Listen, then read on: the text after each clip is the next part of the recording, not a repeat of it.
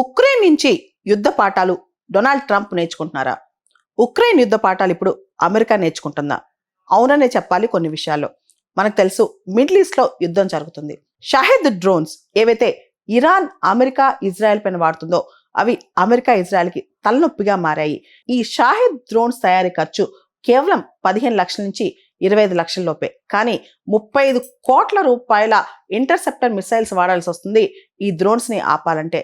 అది కూడా ఈ షాహెద్ డ్రోన్స్ అనేవి చాలా చిన్న సైజులో ఉండి ఈజీగా అటాక్ చేయగలవు. 1, 2 కాదు, గుంపులుగా ఒక తేనెటీగల గుంపు, హనీ బీస్ గుంపు ఎలా వస్తో అంత ఫాస్ట్గా అలా గుంపుగా వస్తాయి. కాబట్టి ఎన్ని ఇంటర్సెప్టర్ మిసైల్స్, పెద్ద పెద్దవి ప్యాట్రియాట్ లాంటి మిసైల్స్ వాడినా సరే అమెరికా కొన్ని అయితే లక్ష్యానికి చేరుతున్నాయి అనమాట.